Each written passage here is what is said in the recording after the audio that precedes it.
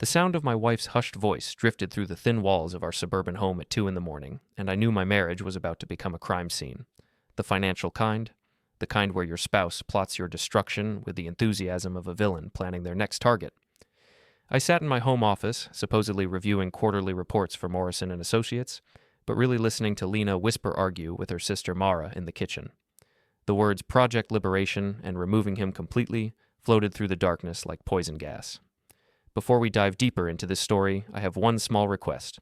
Please subscribe, drop a like, comment, and hit that hype button to boost this channel so more people can discover these incredible Reddit stories. My name is Caleb Torrin. I'm 44, a financial analyst who knows how to read between the lines of both spreadsheets and human behavior. After 16 years of marriage to Lena Marwick, I thought I'd seen every shade of her personality. Turns out, I'd missed the homicidal planner hiding behind the sweet bookstore owner facade. I grabbed my phone and crept toward the kitchen, staying in the shadows of the hallway. Through the crack in the door, I could see Lena hunched over a spiral notebook, scribbling furiously while Mara leaned in close.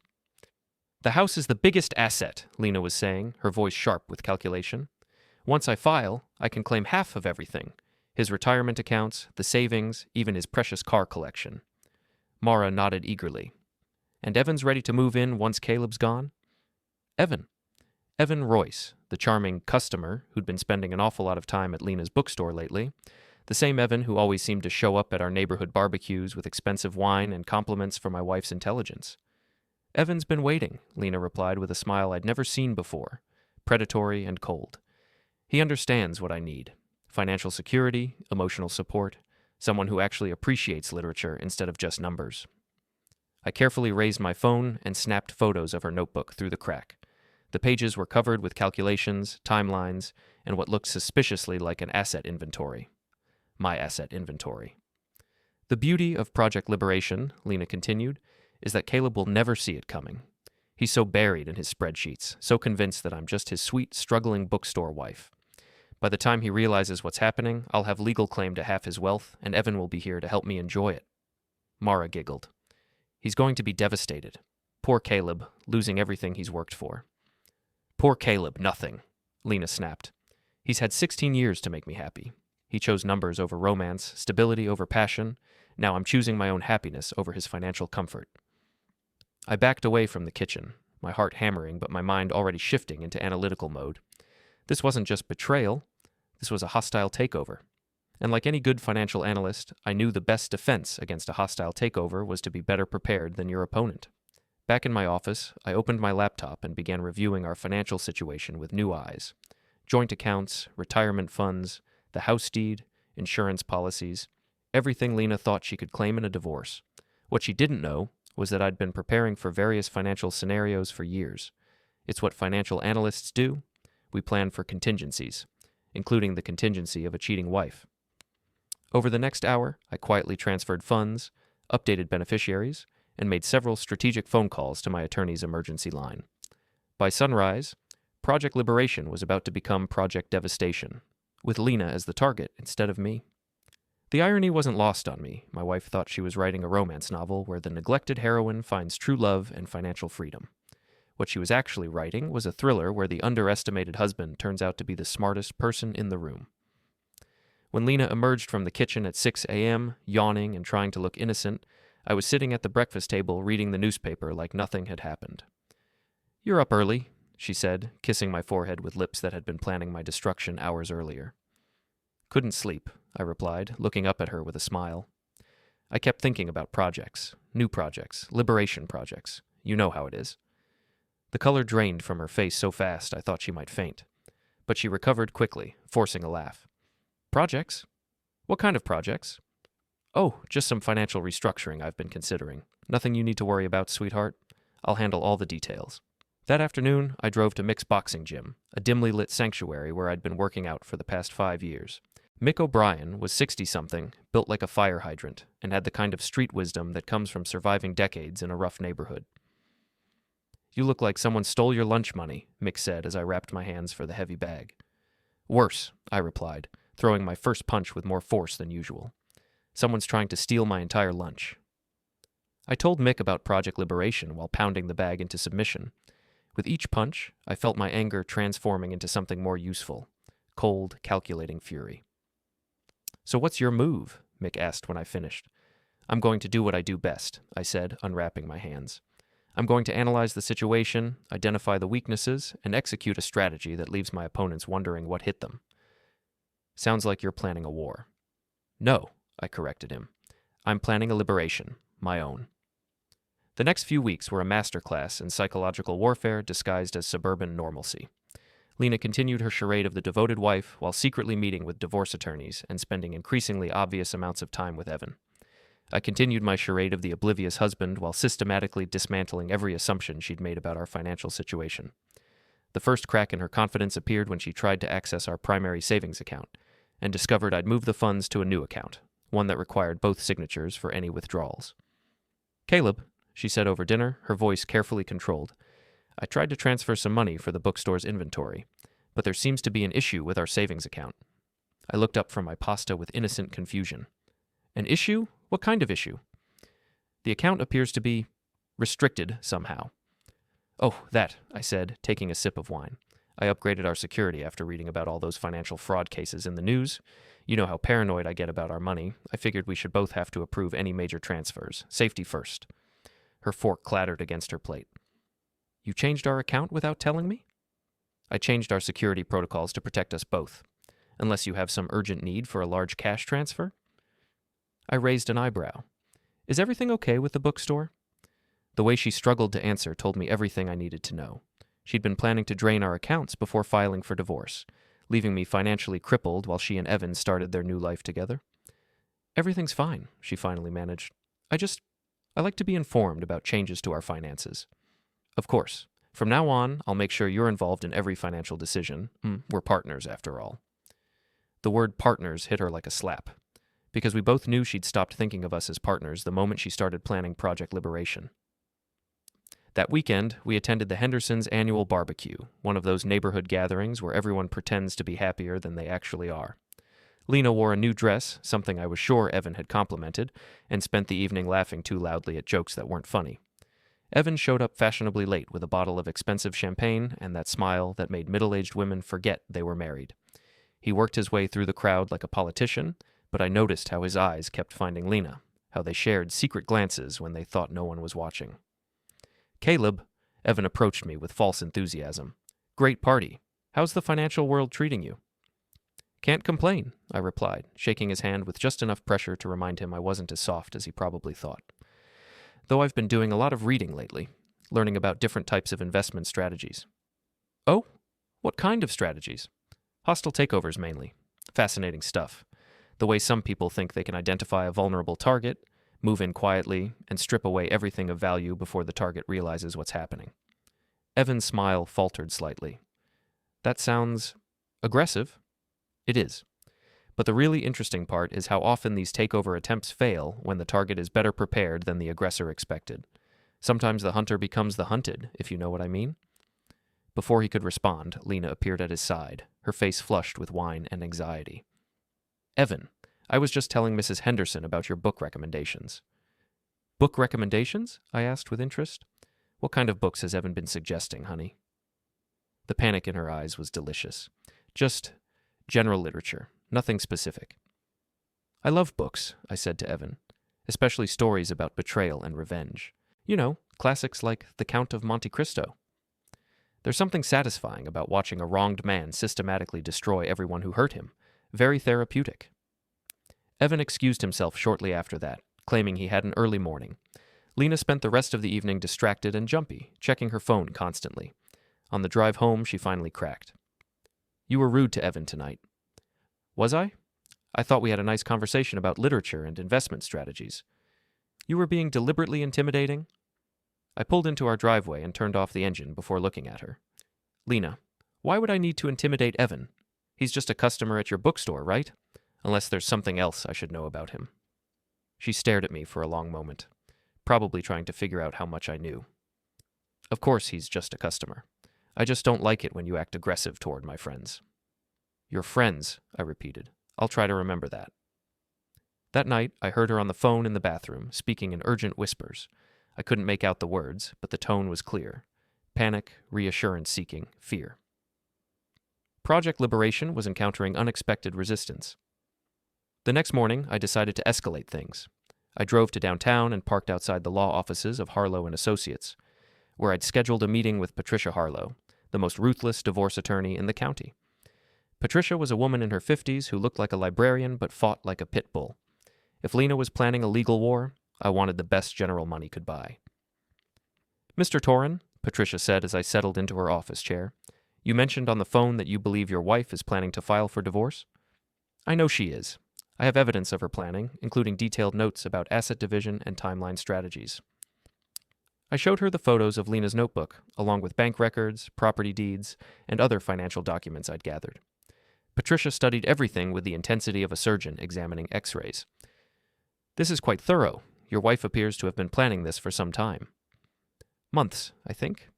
Maybe longer." "And you suspect infidelity?" "I know there's infidelity. I just haven't documented it yet." Patricia leaned back in her chair. "Mr. Torrin, I have to ask, what exactly do you want to achieve here?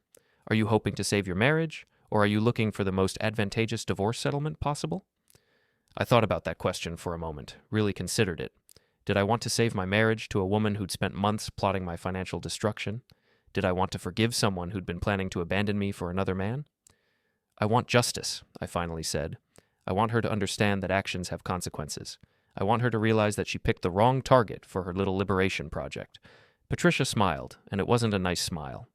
"Mr. Torrin, I think we're going to work very well together." 3 weeks after my meeting with Patricia Harlow, Lena made her first major mistake. She got careless. I came home from work on a Thursday evening to find her rushing around the house, shoving papers into her purse and checking her appearance in the hallway mirror. She was wearing perfume, something she rarely did for me anymore, and had changed from her usual bookstore attire into a dress that showed more skin than she'd revealed in months. "Going somewhere special?" I asked, loosening my tie and trying to look mildly interested rather than intensely focused. "Book club meeting," she said without meeting my eyes. "We're discussing Anna Karenina at Sarah's house." Sarah Mitchell lived 2 streets over and hosted book club meetings in her living room with wine and cheese platters. I knew this because Lena had dragged me to a few of them over the years. I also knew that Sarah's book club met on Tuesday evenings, not Thursdays. "Anna Karenina," I mused. "The one about the woman who has an affair and destroys her life?" Lena froze in the act of applying lipstick. "It's about much more than that. Of course, it's about how passion can blind people to consequences, how someone can convince themselves that betrayal is justified if they call it love. Very relevant themes." She finished with her lipstick and grabbed her purse. "I'll be home late. Don't wait up." After she left, I waited exactly 10 minutes before following her. I'd been tracking her movements for weeks, learning her patterns, and I was fairly certain she wasn't going to Sarah's house. I was right. Lena's car was parked outside the Riverside Motel, a shabby establishment on the outskirts of town that rented rooms by the hour and didn't ask questions. Evan's silver BMW was parked 3 spaces away. I sat in my car across the street, taking photos with a telephoto lens I'd borrowed from my neighbor who was into birdwatching. The irony of using birdwatching equipment to document my wife's infidelity wasn't lost on me. They emerged 2 hours later, looking satisfied and careless. Lena was laughing at something Evan had said, her hand resting on his chest in a gesture of intimacy that hit me like a physical blow. Not because I was heartbroken, I'd moved past heartbreak into something colder and more purposeful, but because of how completely she'd betrayed everything we'd built together. I followed them to Marcello's, an upscale Italian restaurant downtown where Evan had apparently made reservations. They sat at a corner table, holding hands across the white tablecloth while Evan fed her bites of tiramisu. It was a performance of romance, complete with wine and candlelight and whispered conversations. From my table across the restaurant, I'd called ahead and made my own reservation. I watched them plan my destruction over expensive pasta. Every smile, every touch, every intimate glance was another nail in the coffin of our marriage. But I wasn't the one who was going to end up buried. The next morning, Lena slept late, claiming she was tired from the book club discussion. I made coffee and toast, playing the role of the caring husband while planning her downfall. "How was Anna Karenina?" I asked as she stumbled into the kitchen in her robe. "What?" "The book discussion. Did you have interesting insights about Anna's motivations?" She blinked at me, clearly struggling to remember her lie from the night before. "Oh, yes. Very insightful." "I've been thinking about that story myself lately," I continued, buttering my toast with deliberate care. "Particularly the ending. Anna thinks she's found true love, but it turns out her lover was just using her. When she realizes how completely she's destroyed her life for nothing, she throws herself under a train. Lena's coffee cup rattled against the saucer. That's a rather dark interpretation. Is it? I think it's realistic. People who betray everything for passion often discover that passion isn't as reliable as they thought, and by then, it's too late to undo the damage. I left for work without kissing her goodbye, a small but significant change in our routine that I knew she'd notice. At the office, I spent the day making phone calls and setting up the next phase of my plan. Financial institutions, insurance companies, credit agencies. I had a long list of organizations that needed to be informed about recent changes to my accounts and policies. That afternoon, I drove to Lena's bookstore for an unannounced visit. The shop was small and cozy, with floor-to-ceiling bookshelves and reading nooks that attracted customers who wanted to browse for hours. Lena had built the business from nothing over the past 8 years, and it was genuinely successful despite her claims of financial struggle. Caleb? She looked up from the register with surprise and something that might have been guilt. What are you doing here? Thought I'd surprise my wife at work, I said, loud enough for the other customers to hear. Maybe find a good book recommendation. Evan was nowhere to be seen, but I noticed a coffee cup with lipstick stains sitting on the counter next to a second cup that was still warm. 2 people had been having an intimate conversation very recently. That's sweet, Lena said, though her smile looked forced. What kind of book were you thinking about? I wandered over to the fiction section and pulled out a copy of The Count of Monte Cristo. Something about revenge, I think. I'm in the mood for a story where the wronged protagonist gets justice. That's a long book, she said nervously. I have time. Besides, the best revenge stories take a while to develop properly. You have to set up all the pieces, let your enemies think they're winning, and then spring the trap when they least expect it. I bought the book and left, but not before making sure every customer in the store had heard our conversation. Small towns thrive on gossip, and I was beginning to plant seeds that would grow into very interesting rumors. That evening, Lena was jumpy and distracted.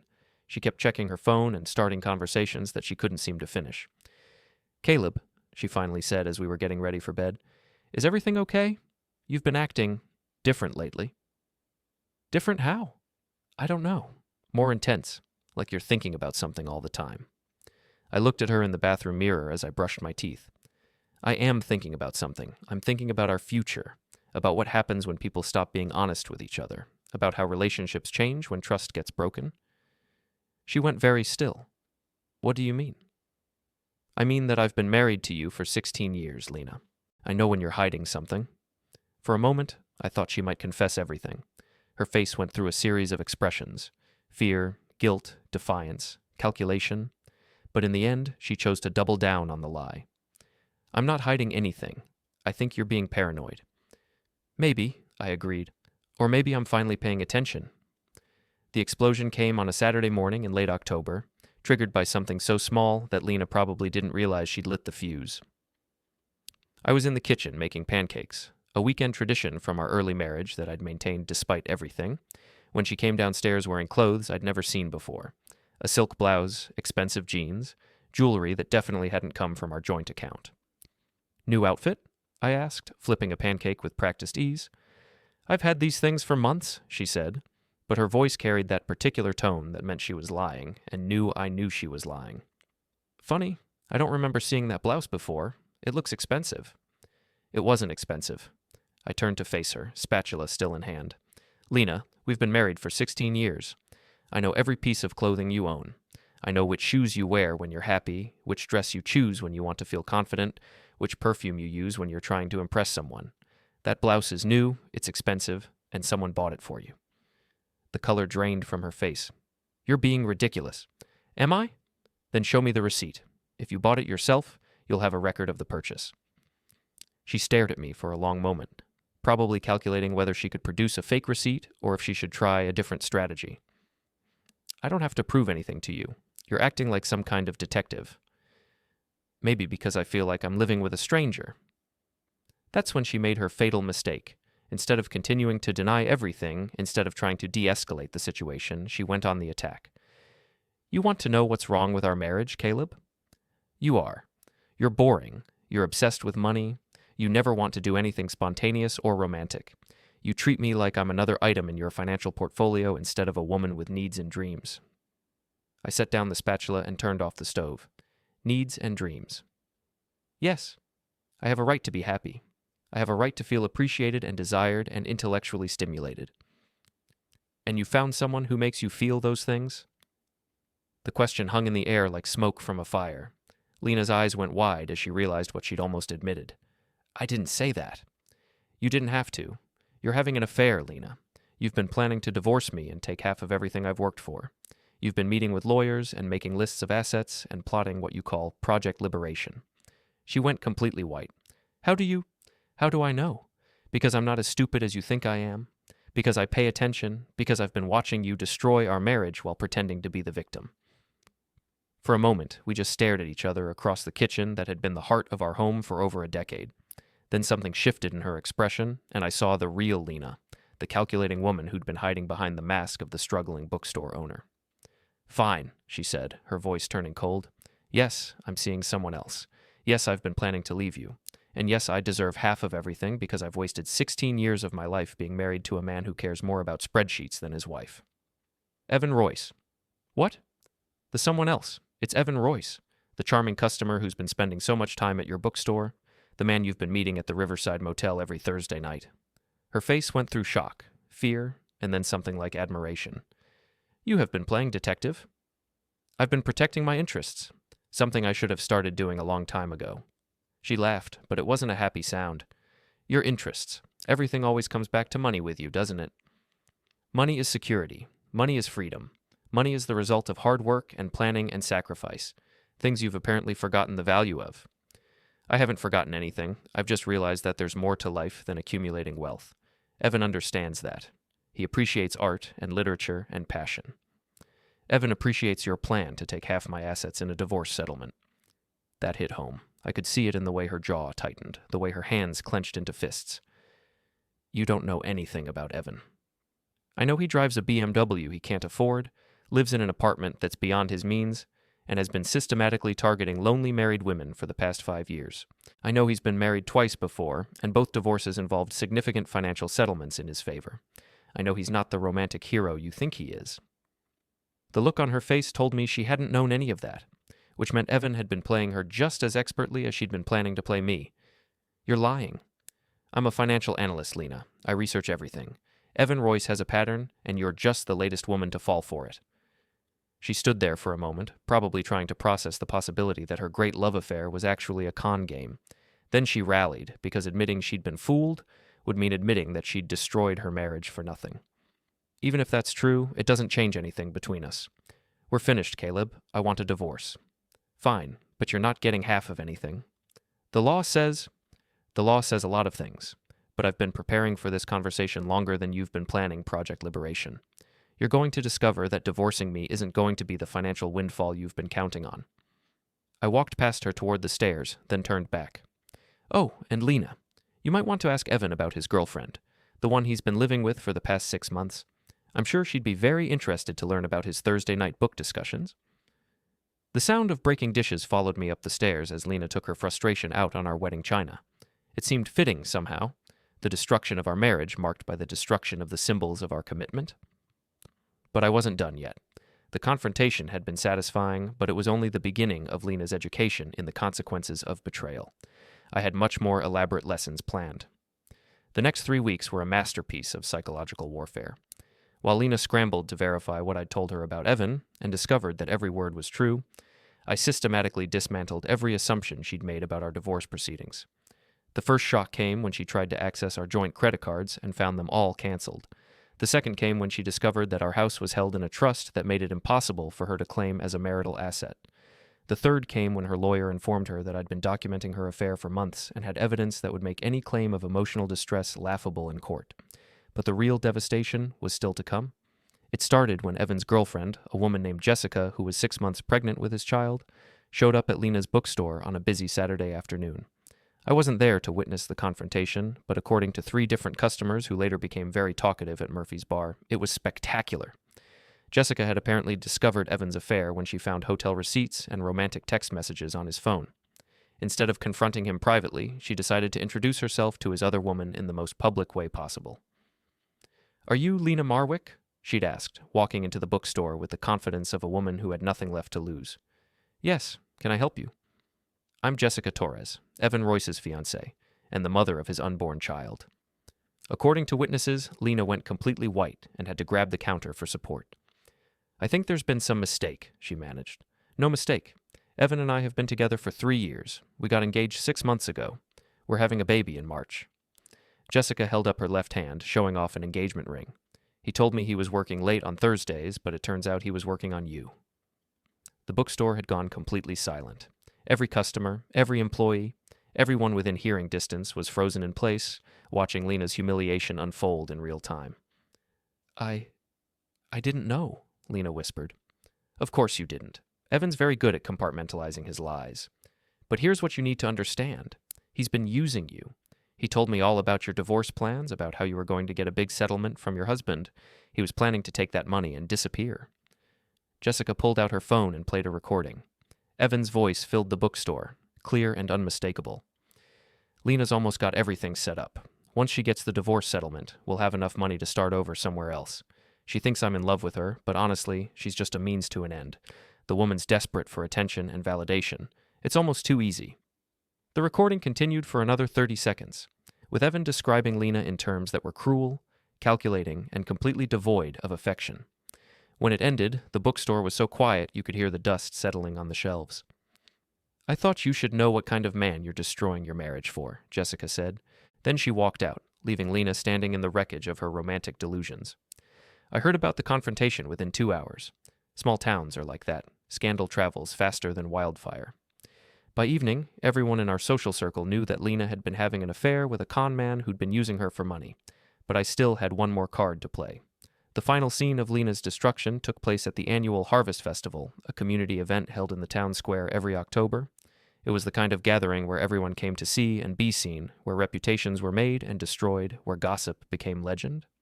Lena had been planning to use the festival as a soft announcement of our separation. She told several people that she and I were going through some changes and that she was exploring new possibilities in her life. She probably thought she could control the narrative, paint herself as the brave woman leaving an unfulfilling marriage. She didn't realize I'd been planning my own announcement. I arrived at the festival early and set up a small booth next to the dunking tank, complete with a banner that read, Project Liberation, a community education initiative.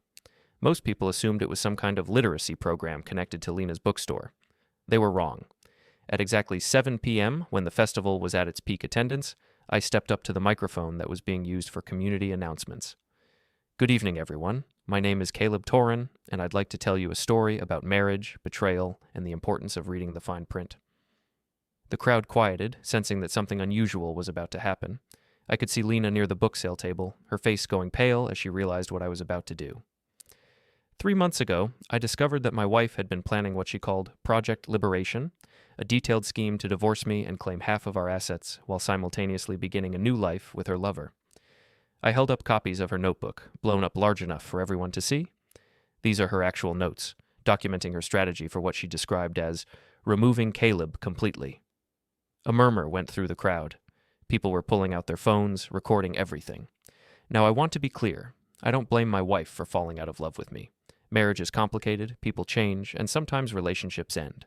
What I do blame her for is the deception, the financial planning, and the complete lack of honesty about her intentions. I gestured toward my booth, where I'd displayed enlarged copies of hotel receipts, text messages, and financial documents. Lena has been having an affair with Evan Royce for the past 6 months. They've been meeting at the Riverside Motel every Thursday night while she told me she was at book club. She's been planning to file for divorce and claim half of our assets, which she intended to use to start a new life with Evan. The crowd was completely silent now, hanging on every word. But here's where the story gets interesting. It turns out that Evan has been running the same con on multiple women. He targets married women who are unhappy, convinces them to leave their husbands, and then disappears with whatever money they managed to get in the divorce. Lena wasn't his girlfriend. She was his mark. I could see Lena pushing through the crowd, trying to reach the microphone, but people were blocking her path, too fascinated by the story to let her interrupt. Evan is currently engaged to another woman who's pregnant with his child. He's been using Lena to get access to what he thought would be a substantial divorce settlement. When he realized that settlement wasn't going to materialize, he cut off all contact with her. The crowd turned to look at Lena, who had stopped trying to reach the microphone and was just standing there, tears streaming down her face. So that's Project Liberation, I concluded. My wife tried to liberate herself from our marriage and ended up liberating herself from everything: her husband, her lover, her dignity, and her financial security. It's a cautionary tale about the importance of honesty in relationships and the danger of trusting people who tell you what you want to hear. I stepped back from the microphone and walked through the crowd toward my car. People parted in front of me, some nodding approval, others looking shocked, all of them staring. Behind me, I could hear Lena sobbing, could hear people whispering, could hear the sound of our marriage and her reputation crumbling in real time. I drove home, packed a suitcase, and moved into a furnished apartment across town. The next morning, I filed for divorce on grounds of adultery and emotional cruelty. By the end of the week, Lena had closed the bookstore and moved back in with her parents. Evan Royce left town without a forwarding address. 6 months later, I was sitting in my new apartment, reading the final divorce decree that awarded me everything I'd worked for and left Lena with exactly what she'd brought to our marriage: nothing. The woman who'd planned to liberate herself from me had instead liberated me from her. I poured myself a glass of wine and raised it in a toast to the empty room. To Project Liberation, I said. Mission accomplished.